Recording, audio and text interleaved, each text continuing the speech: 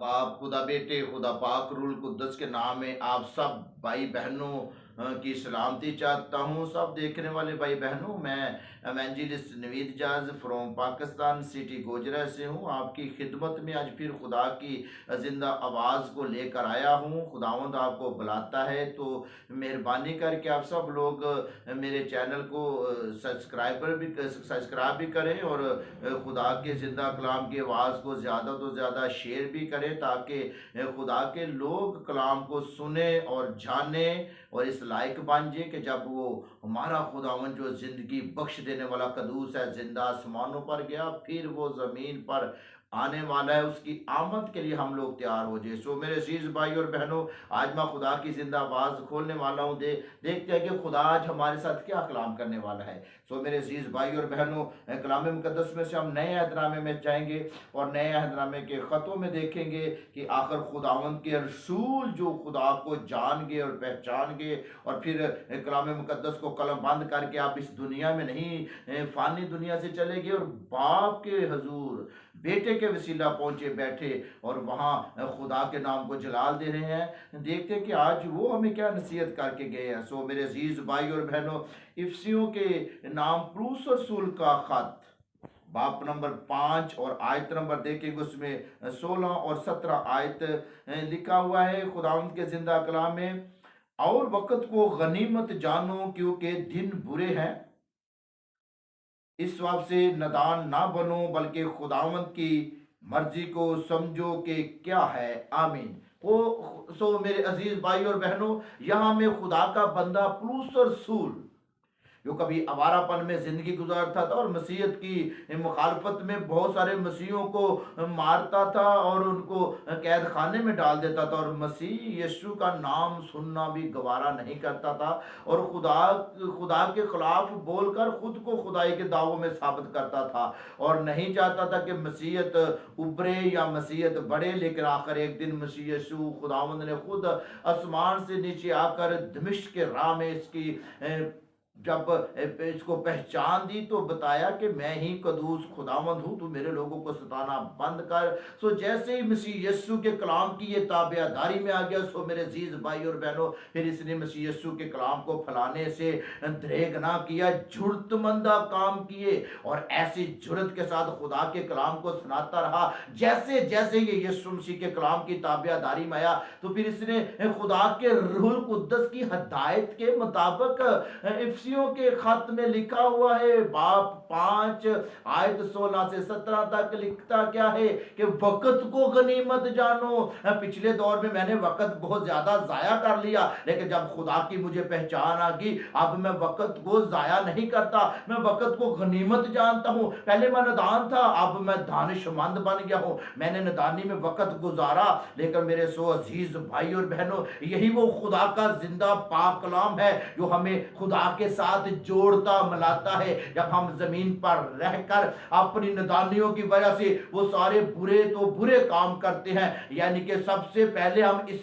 बदन में झूठ को दावत देते हैं। जब झूठ हमारे बदन में आकर तरह तरह के मंसूबों में हमें नाकाम करता है तो सो मेरे अजीज भाई और बहनों, फिर हम दिन ब दिन इस जिंदगी में नाकाम होते चले जाते हैं। खुदा हमसे हमसे दूर हो जाता है। सो मेरे अजीजों, जिन जिंदगियों में खुदा ही ना हो तो फिर वो जिंदगियां हमेशा के लिए तबाह और बर्बाद हो जाएंगी। सो वक्त जो जमीन पर गुजरेगा उसके लिए वक्त की गनीमत करना पड़ेगी। आप सबों को खुदा के कलाम की ताबेदारी में आना पड़ेगा। आपको हर रोज वो जिंदगी में जो बुरे रिश्ते रखे हुए हैं अबलीस के साथ, गुनाह के साथ, वो सारे कैंसिल करने पड़ेंगे और ये जिंदा कलाम को अपने अंदर लाना पड़ेगा, ताकि आप लोग खुदा के बेटे ते बेटियां बन जाए और नदान बनना छोड़ दो। अब दानिशमंदी सीखो और दानिशमंदी ये खुदा के जिंदा कलाम में से मिलने वाली है और कहीं से दानिशमंदी नहीं मिल सकती आपको। सो मेरे अजीज भाई और बहनों, अगर आप ज्यादा तो ज्यादा वक्त इस कलाम की स्टडी में गुजारेंगे, दुआ के माहौल में रहेंगे, इबादत के माहौल में रहकर परस्तश में मगन रहेंगे और किसी के साथ नाहक ना नहीं करेंगे, झूठ से नफरत करेंगे, हर तरह के वो गुनाह की लानत से जो बदी और बदकारी की तरफ हमें नाइल करता है, हर वो मंसूबा जो हमारे दिल में जन्म लेकर बाहर निकलता है और हम लोगों की नजर में बुरे बन जाते हैं, वो सारे कैंसिल करने पड़ेंगे, क्योंकि वक्त नजदीक आ गया है। अब हमें वक्त की गनीमत चाहिए करनी चाहिए, और जब वक्त की गनीमत करेंगे तब ही खुदावंद हमें मिलेगा। सो मेरे जीजो, वक्त नजदीक है। अब जिंदा कदूस जो इस तरह जमीन पर आसमान की तरफ गया, अब फिर आसमान से जमीन की तरफ आने वाला है, और आसमान की फौजें साथ आने वाली है, पाक फरिश्तों के लश्कर आने वाले हैं। अगर मैं और आप इसी तरह बदकारी मकारी में, गुनाह में, जादूगरी में, हर तरह के वो बदकारी की लानतों, असर असरातों में, नशों में, हेरा फेरियों में जिंदगी गुजारेंगे, सो मेरे जीजो फिर हम नादान है और धोखे में रहकर जिंदगी गुजारते हैं। सो मेरे जीजो, खुदा का कलाम ये भी कहता है कि फरेब ना खाओ। अगर हम लोग पहला करंथिया बाब 6 उसकी 9 से 8 9 से 10 आयत में पढ़े तो वहां लिखा हुआ है कि फरेब ना खाओ। अब हमें फरेब खाने की जरूरत नहीं, अब हमें होशियारी के साथ जिंदगी गुजारने की जरूरत है, क्योंकि वक्त के साथ साथ जो जो मसीह खुदावन ने पेशन गोइयां की थी वो सब वक्त के साथ साथ पूरी हो रही है। सो मेरे जीजो, अब वक्त को गनीमत जानना पड़ेगा। सबसे पहले अपनी जिंदगी में देखें कि आपकी जिंदगी में झूठ की लानत तो नहीं है। अगर आप झूठ बोलते हैं तो आप अपनी जिंदगी में से झूठ की लानत को खत्म करें। ये एक बहुत बड़ी लानत है, क्योंकि यीशु मसीह कहता है मैं तुमसे सच सच कहता हूं, जब हमारा खुदावंद झूठ बोलता ही नहीं है और दावे के साथ कहता है, जहां भी यीशु ने कलाम किया वहां सच्चाई के साथ बोला है, कहीं भी झूठ का दगा नहीं दिया, और मेरे खुदावंद में झूठ था भी नहीं, और यीशु मसीह खुदावंद का दूत था, वो जिंदा गया और जिंदा ही वापस आने वाला है। सो मेरे जीजो, झूठ की लानत को निकालना पड़ेगा अंदर से, और वो सारे फरेब जो एक दूसरे को हम देकर धोखे में रखते हैं उनसे निकलना पड़ेगा, क्योंकि वक्त की गनीमत करना पड़ेगी। आप जो वक्त फिल्मों ड्रामों में इस तरह घंटों में गुजार देते हैं और किसी के बारे में मंसूबे बनाकर गुजार देते हैं, उन मंसूबों से बाहर आना पड़ेगा और खुदा के जिंदा कलाम की आवाज की ताबियादारी में रहना पड़ेगा। सो मेरे जीजो, जिस तरह पौलुस रसूल इफिसियों के खत में कहता है बाब 5 आयत नंबर 16 से 17 तक कि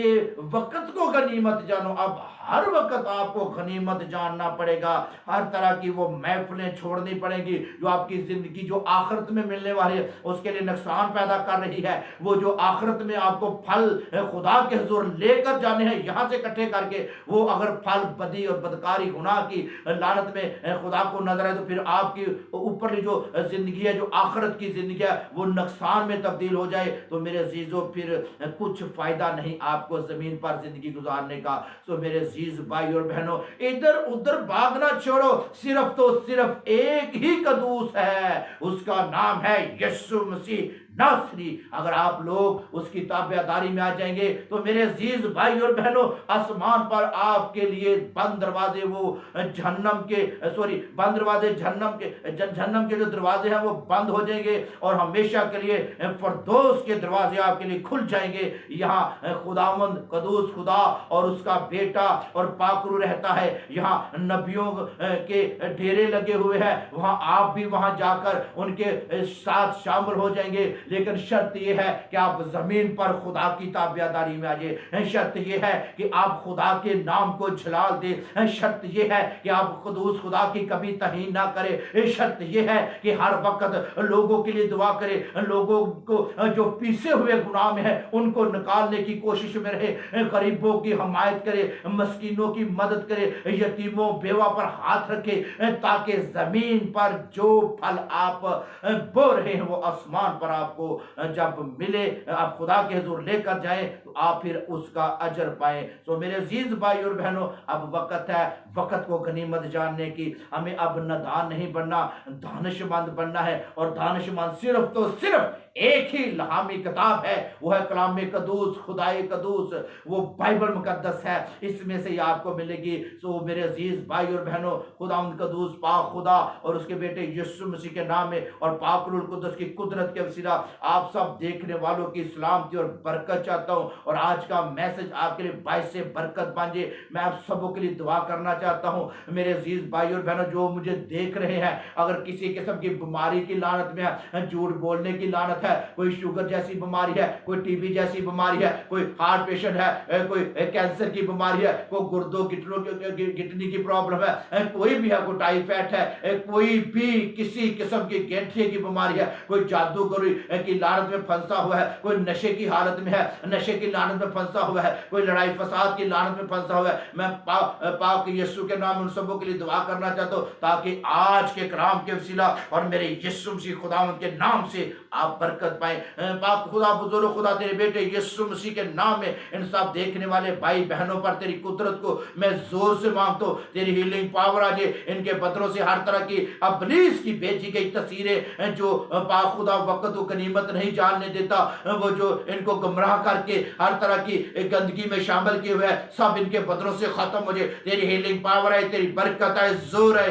जोर है, जोर है। आसमान जमीन के कदूस पाक खुदा तेरी बरकत बरकत को जोर से मांगता हूं। सब देखने वालों पर तेरा नूर चमके। आज का कलाम 30 नहीं 60 नहीं बल्कि 100 गुना फल लाए, और ये फल तेरे हजूर कायम और दायम हो जाए। ये सब देखने वालों को बरकत दे, बरकत दे। बीमारियां जड़ से जाए, जादू टोने चीजों की लानत खत्म हो जाए, हर तरह की नशों की लानत जाए, धोखा देने वाली लानत खत्म हो जाए, हर तरह की बीमारियों के अड्डे इनकी जिंदगी से खत्म हो जाए। बुजुर्ग खुदा, तेरे बेटे अपने खुदा यीशु मसीह नासरी के नाम में पाकरू की कुदरत के वसीला मांगता हूं और पा लेता हूं, यीशु नाम में, आमीन। सो मेरे अजीज भाई और बहनों, मैं मिन्नत करता हूं कि आप इस कलाम को समझे और इस पर अमल करें, और उसके साथ साथ चलने की कोशिश करें, ताकि आसमान पर आपका अजर बढ़े। खुदा उनका दूस खुदा आज के कलाम के वसीला आप सबों को बरकत दे, आमीन।